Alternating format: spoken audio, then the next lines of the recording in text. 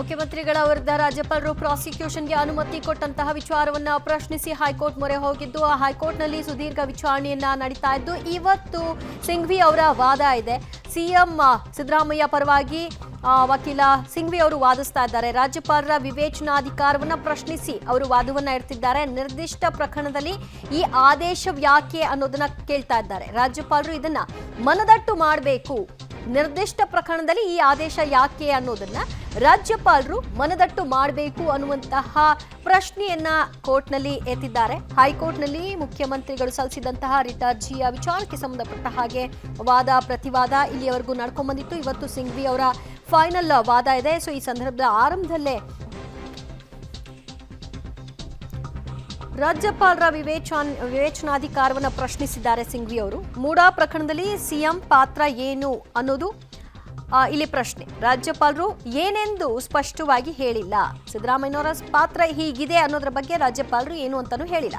ಮೂಡಾ ಪ್ರಕರಣದಲ್ಲಿ ಮುಖ್ಯಮಂತ್ರಿಗಳ ಪಾತ್ರದ ಕುರಿತಾಗಿ ಇಲ್ಲಿ ಪ್ರಶ್ನೆ. ಯಾಕಂದ್ರೆ ಅವರ ವಿರುದ್ಧವಾಗಿ ಪ್ರಾಸಿಕ್ಯೂಷನ್ಗೆ ಕೊಟ್ಟಿರೋದು. ಹಾಗಾಗಿ ರಾಜ್ಯಪಾಲರು ಆ ಬಗ್ಗೆ ಸ್ಪಷ್ಟನೆಯನ್ನ ಕೊಡಬೇಕಾಗಿತ್ತು. ಆದರೆ ಸ್ಪಷ್ಟನೆ ಏನು ಅನ್ನೋದ್ರ ಬಗ್ಗೆಯೇ ಅವರು ಹೇಳಿಲ್ಲ ಅನ್ನೋದ್ರ ಬಗ್ಗೆ ಇಲ್ಲಿ ವಾದಿಸಲಾಗ್ತಾ ಇದೆ.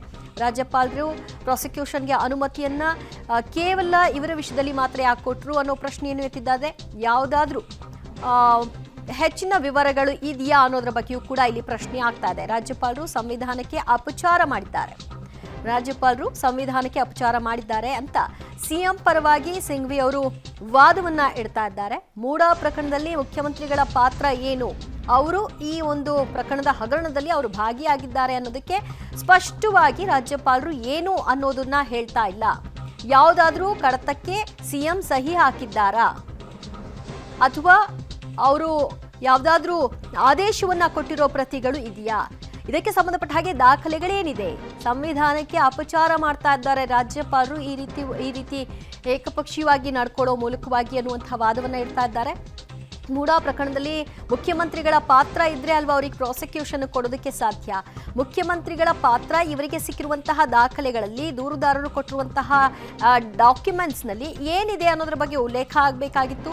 ಅದರಲ್ಲಿ ಏನಾದರೂ ಮುಖ್ಯಮಂತ್ರಿಗಳು ಸಹಿ ಮಾಡಿದ್ದಾರಾ, ನನ್ನ ಪತ್ನಿಗೆ ಈ ಭಾಗದಲ್ಲಿ 14 ಸೈಟ್ ಕೊಡಿ ಅನ್ನುವಂತಹ ವಿಷಯದಲ್ಲಿ ಆ ರೀತಿಯಾದಂತಹ ದಾಖಲೆಗಳಿದೆಯಾ, ಅದರ ಬಗ್ಗೆ ಏನನ್ನೂ ಸ್ಪಷ್ಟಪಡಿಸಿಲ್ಲ ಅಂತ ಪ್ರಶ್ನಿಸಲಾಗ್ತಾ ಇದೆ. 23 ವರ್ಷಗಳಲ್ಲಿ 23 ಅಧಿಕಾರಿಗಳು ಭಾಗಿಯಾಗಿರಬಹುದು. ಸಿಎಂ ಮೂಡಾ ವಿಚಾರದಲ್ಲಿ ತಲೆ ಹಾಕಿಲ್ಲ, ಅವರು ಯಾವುದೇ ಕಾರಣಕ್ಕೂ ಈ ವಿಷಯದಲ್ಲಿ ಭಾಗಿಯಾಗಿಲ್ಲ. 23 ವರ್ಷಗಳಲ್ಲಿ 23 ಅಧಿಕಾರಿಗಳು ಭಾಗಿಯಾಗಿರಬಹುದು. ಆದರೆ ಸಿಎಂ ಸಿದ್ದರಾಮಯ್ಯ ವಿರುದ್ಧ ಮಾತ್ರ ಆರೋಪಿಸಲಾಗಿದೆ. ಉಳಿದಂತೆ ಬೇರೆ ಯಾರ ತಪ್ಪುಗಳು ಇಲ್ಲಿ ಕಾಣಿಸ್ತಾ ಇಲ್ವಾ? ಮುಖ್ಯಮಂತ್ರಿಗಳ ಪಾತ್ರ ಇದೆ ಅನ್ನೋದಾದ್ರೆ ಅದು ಹೇಗೆ ಅನ್ನೋದನ್ನು ಕೂಡ ಹೇಳಬೇಕಲ್ವಾ? 23 ವರ್ಷಗಳ ಈ ಅವಧಿಯಲ್ಲಿ 23 ಅಧಿಕಾರಿಗಳು ಭಾಗಿಯಾಗಿರ್ತಾರೆ. ಅವರ ಒಂದು ಲೋಪದೋಷಗಳೇನು ಅನ್ನೋದ್ರ ಬಗ್ಗೆಯೂ ಕೂಡ ಇಲ್ಲಿ ಕೋಟ್ ಮಾಡಿಲ್ಲ. ಸಿದ್ದರಾಮಯ್ಯನವರ ನೇರ ಭಾಗಿ ಬಗ್ಗೆನೂ ಇಲ್ಲಿ ಹೇಳಿಲ್ಲ ಅಂತ ಪ್ರಶ್ನಿಸಲಾಗ್ತಾ ಇದೆ. ಜೊತೆಗೆ ಸಿದ್ದರಾಮಯ್ಯನವರೇನಾದ್ರೂ ಸಹಿ ಮಾಡಿದ್ದಾರಾ ಅನ್ನುವಂತಹ ಪ್ರಶ್ನೆಯನ್ನ ಇಡ್ತಾ ಇದ್ದಾರೆ. 23 ಅಧಿಕಾರಿಗಳು ಭಾಗಿಯಾಗಿರಬಹುದು ಅಂತ ಹೇಳ್ತಾ ಇರೋದು. ಸಿದ್ದರಾಮಯ್ಯ ವಿರುದ್ಧ ಮಾತ್ರ ಯಾಕೆ ಆರೋಪ ಅನ್ನುವಂತಹ ಪ್ರಶ್ನೆಗೆ ಸಂಬಂಧಿತವಾಗಿ ಬರ್ತಾ ಇರುವಂತಹ ಮತ್ತೊಂದು ಪ್ರಶ್ನೆ. ಸಿದ್ದರಾಮಯ್ಯ ಮೂಡಾಗೆ ಸಂಬಂಧಿಸಿದ ಯಾವುದೇ ಹೊಣೆ ನಿಭಾಯಿಸಿಲ್ಲ. ಅಂದ್ರೆ ಆ ಇಲಾಖೆಗೆ ಸಂಬಂಧಪಟ್ಟ ಹಾಗೆ ಯಾವುದೇ ಜವಾಬ್ದಾರಿಯನ್ನ ಅವರು ನಿಭಾಯಿಸಿಲ್ಲ. ಹೀಗಿದ್ದಾಗ ಅವರು ಅದನ್ನ